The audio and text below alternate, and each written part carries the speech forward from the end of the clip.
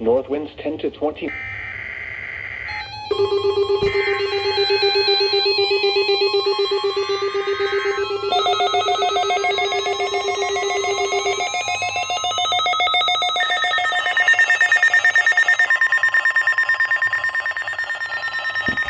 The proceeding was a test of the National Weather Service warning alarm tone.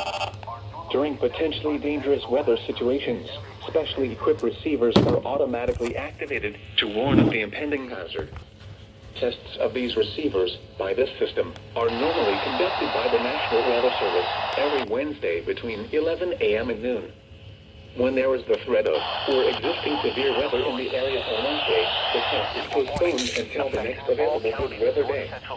The warning alarm, as well as counties in far northwest and northeast Illinois, as well as counties in the alarm northeast Illinois, as well as counties in far northwest Indiana. Reception of this broadcast in the alarm tone will vary at any given location. This variability, normally more noticeable at a distance from a given transmitter, will occur even though you are using a good quality receiver in perfect working order. This concludes the tone alarm test.